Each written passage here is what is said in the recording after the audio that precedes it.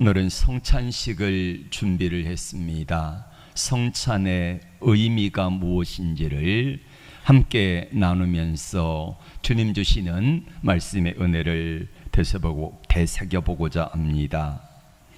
무엇이든지 그 의미와 가치를 모르면은요, 아무리 좋은 걸 주어도 그 사람에게는 좋은 게 안 되는 거예요. 다이아몬드가 있습니다. 저는 한 번도 진짜 다이아몬드 구경도 못 해봤어요. 아내에게 다이아몬드를 선물해야 되는데 못 해보고 평생 아마 살 것 같아요. 미안하기도 하고. 근데 다이아몬드를 가치를 아는 사람은 그 가치로 인하여 기뻐하고 행복해 하는데, 모르면은 그거요 공깃돌 가지고 쓰지 않습니까? 성찬 예식도 마찬가지입니다. 우리가 성찬식을 하는데 성찬 예식을 모르면은, 그 의미와 가치를 모르면은 오해할 수도 있습니다. 성찬식에 왔더니 어떤 분이 그러더라고요. 자기들끼리 떡도 빵 요만한 거 한쪽 하고 포도주 요만한 거 한 컵 하고 자기들끼리만 나눠 마시고 나는 안 주더래. 세례 안 받았다고. 오해할 수가 있어요. 초대교회가 세례식을 하고 또 성찬식을 했지 않습니까? 그때에 성찬식을 하면은 우리도 지금 요한복음 6장에 뭐라고 말씀합니까? 받아 먹으라, 이것은 내가 너희를 위하여 찢기고 상한 나의 몸이다. 그리고 떡을 줘요. 받아 마시라, 이것은 내가 너희를 위하여 흘린 나의 피다. 이렇게 말을 해요. 그러니까 예수 믿는 사람들을 감시하기 위해서 로마 군인들이 또 백성들이 그걸 보고 있는데, 밖에서 들으니까 자기들끼리 받아 먹으라, 이것은 내 몸이다, 살이다 이렇게 말하고, 받아 마시라, 이것은 내가 너희를 위해 흘린 피다 그러니까 안 믿는 사람들이 보고 듣기에는 뭘 오해하겠습니까? 예수 믿는 사람들은 모일 때마다 사람들을 잡아먹네, 이렇게 오해를 했습니다. 오해할 수 있어요. 그래서 성찬식이 무엇인가, 왜 하는가, 어디서부터 유래가 됐는가, 이거를 좀 알자는 것입니다. 성찬식의 유래는 어디서부터 시작됐을까요?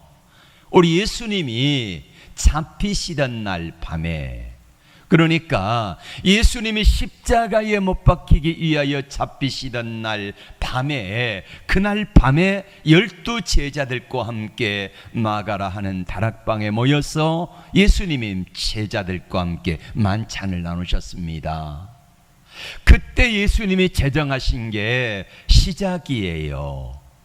그러시면서 이 성찬 예식을 내가 올 때까지 계속해서 기념하여 행하라 말씀을 하셨습니다. 예수님이 친히 제정하신 게 두 가지가 있거든요. 하나는 세례를 주라 했습니다. 세례를 줘라. 어떤 사람에게 세례를 주라는 거예요? 내가 너희에게 가르쳐 분부한 모든 것을 가르쳐 지키게 하고 그 지키는 사람들에게 세례를 주라는 말이에요. 그래서 우리는 이제 지금 우리 장로교 법으로 말하면은 예수 믿고 나서 15살이 되어지면은 1년쯤 예수님을 잘 믿으면은 교회가 그 사람의 신앙을 살펴보아서 예수 잘 믿는지 안 믿는지, 예수님을 구주로 그리스도로 고백하는지에 그 여부에 따라서 그 사람에게 뭐를 주어라? 세례를 주어라. 이렇게 말씀하고 있습니다. 혹시 예수님을 믿었는데 아직까지도 세례를 받지 못하신 분, 새 1년, 예수 믿고 1년 이상 되었는데 세례를 받지 못하신 분들은 올 가을에 추수감사절기에 세례를 받으시기를 바랍니다. 그리고 또 하나는 성찬 예식을 행하여 나를 기념하라 하셨기 때문에 우리는 세례를 주고 성찬식을 하는 거, 예수님이 친히 제정하신 이 두 가지를 교회에서 하고 있고, 개혁교회의 상징이 바로 이 두 가지가 있느냐 없느냐에 따라서 결정이 되어집니다.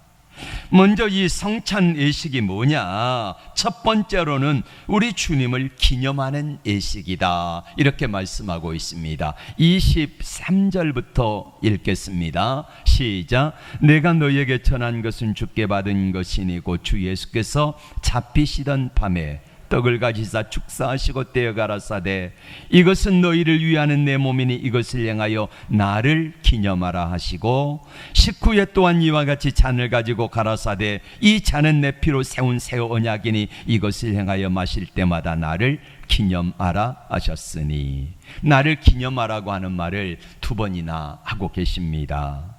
기념하라는 말은 무슨 말일까요? 나를 기념하라, 기억하라. 기념하라는 말은 또 무슨 말일까요? 생각해 보라는 거지요.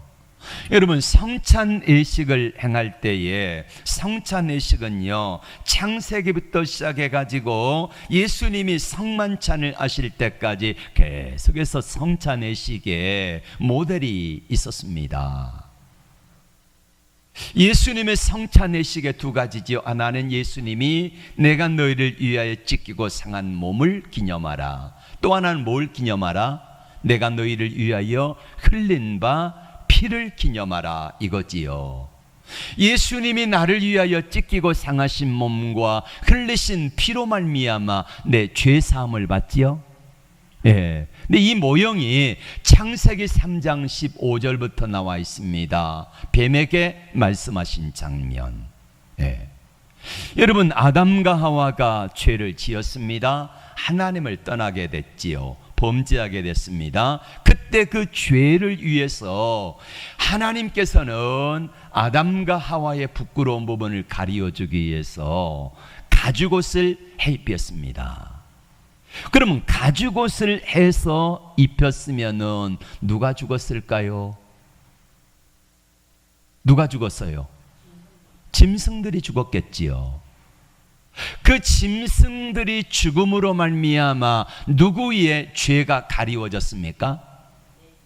아담과 하와의 죄가 가리워졌잖아요. 그러면은 짐승이 죽음으로 말미암아 아담과 하와의 죄가 가리워진 것은 누군가가 죽어야지 사람의 죄와 허물이 가리워진다. 그러면은 그 누군가가 누구냐면은 예수님이 십자가에 죽으심으로 말미암아 우리의 죄와 허물이 가리워진다고 하는 이야기입니다. 출애굽기 11장과 12장에 보면은 이제 이스라엘 백성들이 애굽에서 나올 때에 유월절 예식이 나오고 있습니다. 거기 보면은 이스라엘 백성들의 죽음의 사자가 와가지고 이스라엘 백성들인지 유대인들이든지 장자의 죽음을 이제 지나가게 하는 방법을 하나님이 가르쳐 주십니다.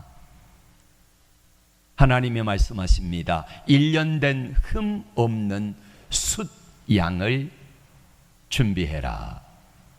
그래서 그 양을 잡아가지고 문설주와 좌우 임방에 피를 발랐습니다.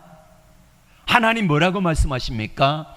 문설주 위에와 임방에다가 기둥 설주와 임방에다가 피를 바른 그 집에는 뭐가 넘어가리라? 죽음의 사자가 재앙이 넘어가리라.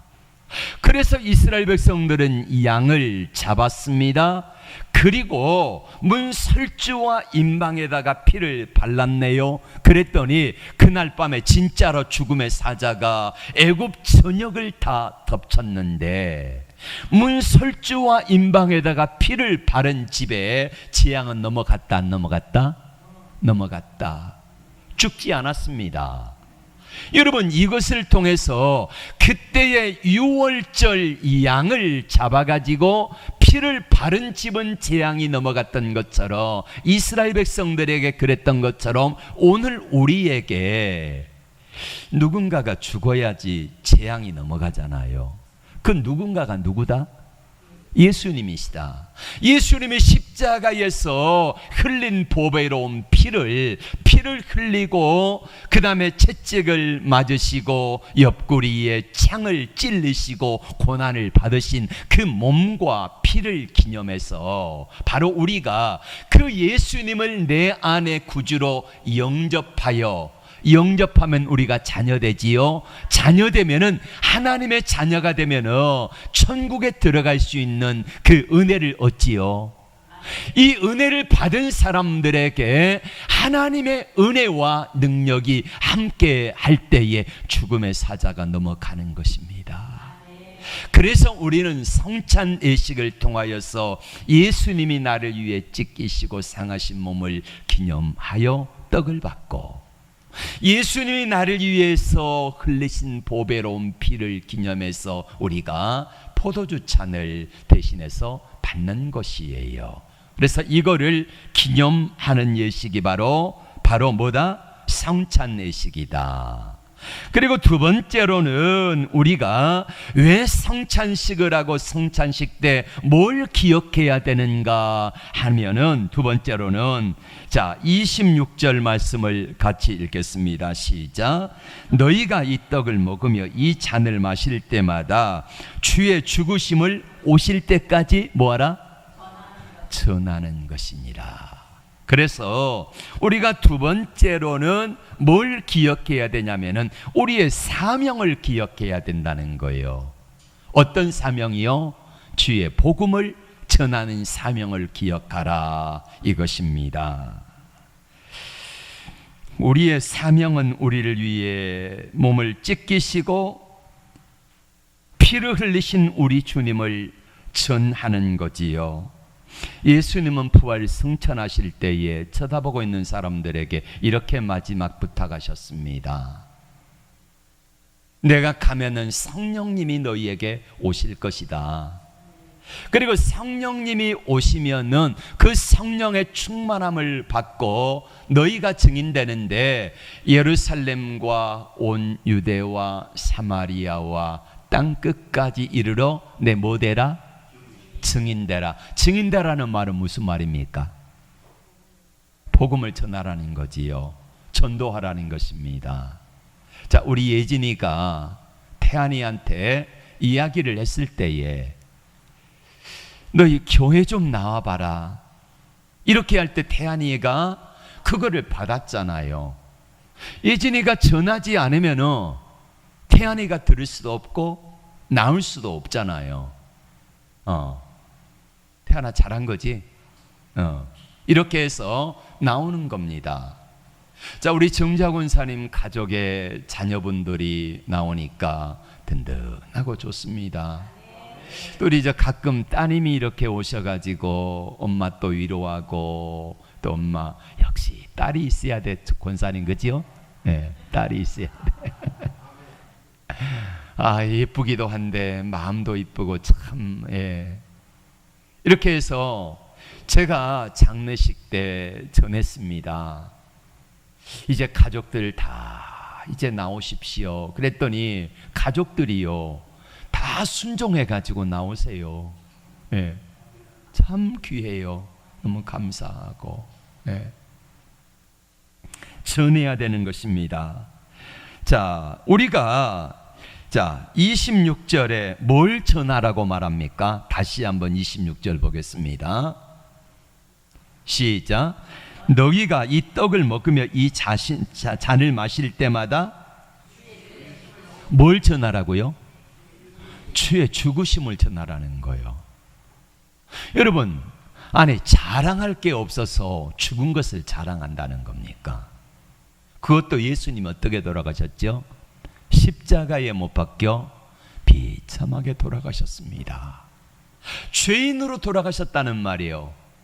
강도와 함께 달린 이유가 뭐겠습니까? 유대인들이 빌라도가 예수님을 두 강도와 함께 매달린 이유가 뭐겠습니까? 예수님은 뭐와 같다? 저 광도와 같다는, 강도와 같다. 죄인이라는 거예요. 그 중에서 예수님이 가운데 달리셨잖아요. 양쪽에 살인 강도를 대매달아 놓으신 이유는 바로 예수님은 살인자 중에 살인자의 왕이요, 그리고 죄인 중에 대표라는 거예요. 그런 의미로 모욕을 주기 위해서 살인 강도들과 함께 매달았지 않습니까? 그 자랑할 게 없어가지고 죽었는데 비참하게 죽는 것을 자랑하겠습니까? 근데 주님은 우리에게 그걸 말씀하지 않습니까? 주의 죽으심을 자랑해라. 예수님의 죽으심을 오실 때까지 전해라. 이렇게 말씀하고 있습니다. 세상 사람들은 출세했다든지 성공했다든지 부자가 됐다든지 높은 자리에 올랐다든지 그러면 그걸 자랑하지, 그 사람이 비참하게 그것도 십자가의 죄인과 함께 매달린 것, 이걸 자랑하라는 것은 잘 이해가 안 갑니다. 여러분, 고린도전서 1장 18절에 이렇게 말씀합니다. 십자가의 도가 멸망하는 자들에게는 미련한 것이요, 그러니까 예수님이 십자가에 달려 죽으신 이 사건이 멸망하는 자들에게는, 예수님을 모르는 사람들에게는 미련한 거예요. 그러나 구원을 얻은 우리에게는 뭐다? 하나님의 능력이다. 할렐루야. 맞습니다. 예수님의 십자가에 달리시고 예수님이 나를 위해서 채찍에 맞으시고 고난당하시고 그리고 피를 흘리신 예수님의 그 몸, 살과 피를 전하는 거, 왜 예수님이 십자가에 못 박혀 죽으셨는가, 왜 예수님이 고난당하셨는가 하는 그 십자가를 우리가 바로 알고 그것을 전하는, 이것을 계속 하라고 주님은 우리에게 말씀하고 있습니다. 요즘 부쩍 들어서 기독교에서 천주교로 개종하는 사람들이 많다고 그래요. 왜냐? 기독교인들이 마땅히 해야 될 빛과 소금의 사명을 잃어버렸기 때문입니다. 그럼 기독교인들과 천주교인들을 비교해 보면 누가 나을까요? 엄밀히 따지면은요, 기독교인들의 영성과 개인적인 어떤 인간됨이 훨씬 퀄리티가 높습니다. 그런데 천주교인들이 좋아 보이잖아요. 왜 좋아 보입니까? 제사 마음대로 지킬 수 있지, 먹고 싶은 술, 담배 다 할 수 있지, 그러니까 자유로우니까 기독교인들 예수 믿다가 그리 가는 거예요. 편하잖아요. 쉽잖아요.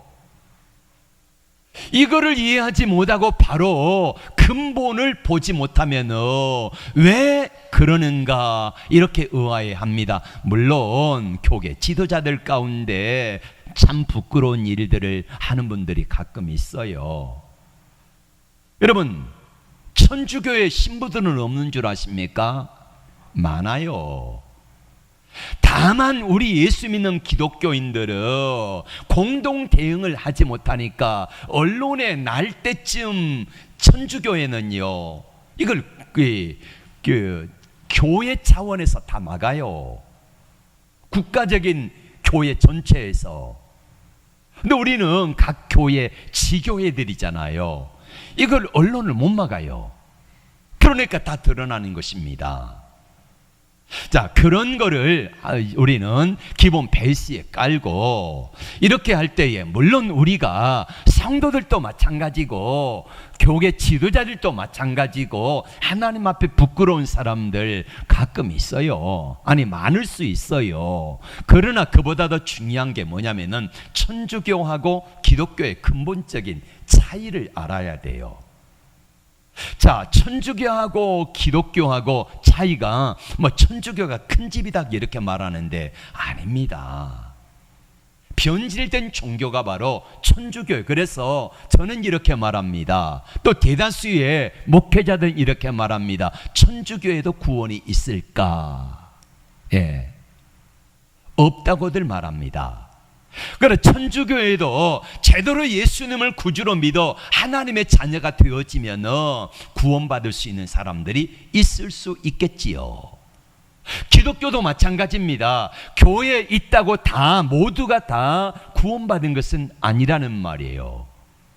예수님을 구주로 믿어 하나님의 자녀가 된, 하나님과 관계가 바로 된 사람들은 구원받겠지만 그러나 주의 이름을 부른다고 다 구원받는 것은 아니라고 하는 사실입니다. 중요한 것은 뭐냐면은 가장 기본적인 근본 믿음의 가치를 천주교에서는 붙들고 있느냐? 아닙니다. 많은 부분에서 붙들지 아니하고, 그러기 때문에 저는 그리고 많은 분들이 믿기는 천주교의 구원이 없다고 이야기를 하는 거예요. 그러나 기독교의 가치가 무엇입니까? 예수님의 십자가와 부활과 복음을 붙들고 예수님을 구주로 믿어 하나님의 자녀가 되어지는 이거를 붙들고 있지 않습니까? 그래서 우리가 이거를 볼 수 있어야 한다는 것입니다. 여러분, 바람둥이하고 남편의 차이점이 뭔 줄 아십니까? 바람둥이는 약속 시간에 1시간쯤 늦어도요 성질 내지 않아요. 근데 남편은 어떡합니까? 10분만 늦으면 가버리잖아요. 예?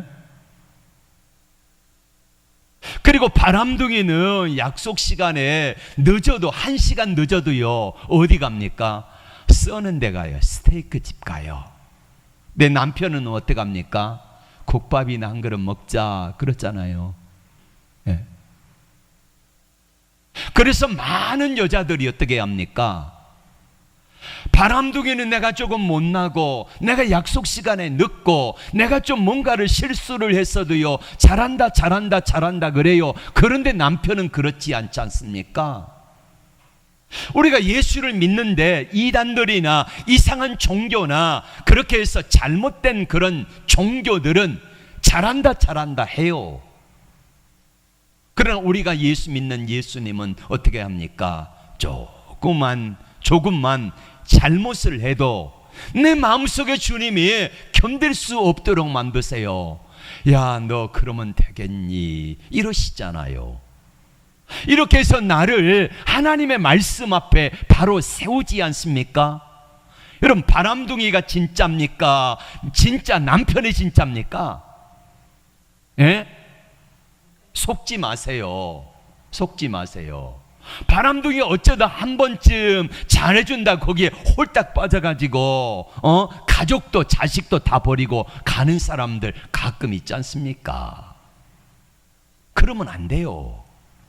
예수 믿는 것도 마찬가지라는 말이에요. 그럴듯하게 좋아 보이니까 천주교로 가고 이단에 빠지고 그러지 마시고 진짜가 무엇인가를 좀 분별해서 예수를 믿으라는 말이에요. 아셨죠? 네. 그래서 우리가 주님의 죽으심을, 왜 돌아가셨는가, 왜 예수님이 맞으셨나, 왜 예수님이 피를 흘리셨나, 이거를 생각하면서 그 죽음을 기념하라, 이렇게 말씀하고 있습니다. 그리고 마지막 세 번째로는 나 자신을 살펴보라는 거예요. 27, 8, 9절 시작. 그러므로 누구든지 주의 떡이나 잔을 합당치 않게 먹고 마시는 자는 주의 몸과 피를 범하는 죄를 짓는 것이니라. 사람이 자기를 살피고 후에야 이 떡을 먹고 이 잔을 마실지니 주의 몸을 분변치 못하고 먹고 마시는 자는 자기의 죄를 먹고 마시는 것이니라. 자, 이 성찬례식에 참여하는 분들은 나를 살피라는 거예요. 성찬식을 하기 전에 나를 살피라. 이 말이 무슨 말이냐? 죄를 지은 일이 있나 없나, 주님과의 바른 관계가 돼 있나 안 돼 있나, 이것도 살펴야 되지만 그래서 어떤 이들은 성찬식에 참여를 안 하더라고요. 네. 근데 여러분, 내가 성찬 이 예식에 참여하지 않는다, 물론 주님과 나와의 관계 속에서 바로 정립되지 못한 부분들이 많아요. 어젯밤 아내와 남편이 싸울 수도 있어요. 그 싸운 마음, 다툰 마음 가지고 성찬식에 나는 참여하지 않겠다. 또 지난 주간에 한 주간의 내 삶을 되돌아보니까 너무나 부끄럽다. 그러니 나는 성찬식에 참여하지 않겠다. 이거는요, 어쩌면은 교만입니다, 그 사람. 왜 우리가 성찬식을 합니까? 성찬식을 하면서 주님 앞에 우리가 고백하는 것은 그겁니다. 주님, 나와 같은 이 죄의 생각도 말도 행위도 악하고 추하고 더러운 몸이지만은 그래서 예수님이 내가 필요합니다. 예수님이 나를 위해서 피를 흘려주셨잖아요. 예수님이 나를 위해서 찢기시고 상하시고 나를 구원하셨잖아요. 주님 감사합니다. 그 은혜가 내게 필요합니다. 나를 불쌍히 여겨달라고 그러면서 이 성찬례식을 참여하며, 주님, 내가 참 소가지가 밴댕이 소가지라서 화해하지 못했는데 성찬례식 마치고 내가 화해하겠습니다. 내가 주님 그동안에 한 주간 살면서 너무 부끄러웠는데 내 생각하는 것도 내 말하는 것도 내 행동하는 것도 내가 목사인데 장로인데 내가 권사인데 집사인데 참 이 직분에 걸맞게 살지 못했습니다. 그런데 내가 이 성찬식을 하면서 우리 주님이 그러한 나를 사랑해 주시고 여전히 나와 함께 하시는데 그 은혜가 너무 감사해서 앞으로는 제가 제대로 살아보려고 애를 쓰겠습니다. 그러니 나를 좀 도와주세요. 이러면서 성찬식을 하는 거예요. 받으시라고 그래도요, 삐대고 그러면서 나는 안 받는다고 교만한 사람이에요. 예. 여러분, 내가 스스로 의로운 사람이라고 하면은 예수 믿을 필요가 없습니다. 내가 의로운데 뭐하러 예수를 믿어요? 내가 의로운데 주님이 뭐가 필요합니까? 내가 죄인이기 때문에 죄인된 나의 모습을 고백하면서 주님 앞에 다시 한번 내려놓고 주님의 은혜를 구할 때에 성찬의 은혜가 우리 가운데 임하는 줄로 믿습니다. 여러분, 성찬식의 참된 의미는 바로 예수님이 나를 구원해 주신 구원의 은혜에 대한 감사입니다. 그리고 우리는 성만찬에 참여함으로 말미암아 십자가에 달리셔서 나를 위해서 물과 피를 다 흘려주신 그 주님과 내가 하나 되는 것입니다. 주님과의 연합이에요. 우리 주님이 이 땅에서 떠나시고 성령님이 오셨잖아요. 그 성령님이 내 안에 오셔서 내 안에 계시는데 이 성찬례식을 하면서 다시 한번 고백하는 겁니다. 주님, 내 안에 계셔서 나를 다스려 주세요. 내가 말하는 거, 행동하는 거, 생각하는 거 참 많이 부족하고 부끄럽습니다. 그러니 내 안에 계신 성령 하나님께서 나를 온전한 모습으로 만들어 주세요. 이렇게 하면서 이 잔을, 떡을 받는 것입니다. 그리고는 주님을 전하겠다는, 우리 주님을 전하는데 우리가 말로 전할 수도 있고 우리의 행동, 우리의 모습을 통하여서 전할 수도 있지 않습니까? 예진이가 우리 태안이한테 복음을 전했는데 예진이의 행실이 엉망이에요. 그럼 태안이가 보고 야, 너나 잘해 이러지 않겠습니까? 근데 예진이가 보니까 얘가 괜찮아. 그래서 제가 왜 저렇게 괜찮게 살아가는가를 봤더니 예수를 믿는다네. 그러니까 태안이가 말합니다. 야, 내가 믿는 예수 나도 한번 믿어볼게. 그지 태안아? 이게 예수 믿는 거예요.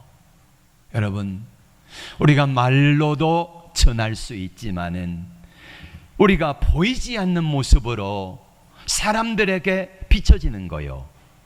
그래서 고린도 후서 3장 2절인가에 거기 보면은 너희는 그리스도의 편지다 그렇게 말합니다. 편지다. 우리는 매일매일 다른 사람들에게, 만나는 사람들에게 편지를 씁니다. 뭘로 씁니까? 내 얼굴로, 내 말하는 내 말로, 내가 행동하는 행동으로 안 믿는 사람들에게 편지를 쓰는 거예요. 안 믿는 사람들에게 내가 기뻐하고 감사하고 어떤 어려운 가운데서도 믿음으로 꿋꿋하게 이겨나가는 모습을 바라보면서 안 믿는 사람이 내가 행동으로 쓰는 편지를 읽습니다. 야, 사랑하는 사람아, 친구야, 이웃아, 직장 동료야, 나는 이렇게 어려운 가운데서도 믿음으로, 예수님을 믿음으로 살아가기 때문에 내 안에 기쁨이 있어, 평안이 있어. 너도 나처럼 될 수 있어. 이렇게 편지를 쓰는 겁니다. 여러분, 우리가 오늘 성찬 예식을 통하여서 우리 주님 앞에 오늘 이 약속의 말씀을 붙들고 왜 우리가 성찬 예식을 하는가를 다시 한번 되새기며 이 성찬의 큰 은혜와 기쁨이 우리 모두에게 충만하게 있기를 축복합니다. 기도합니다. 주님, 우리에게 성찬의 은혜를 허락해 주시니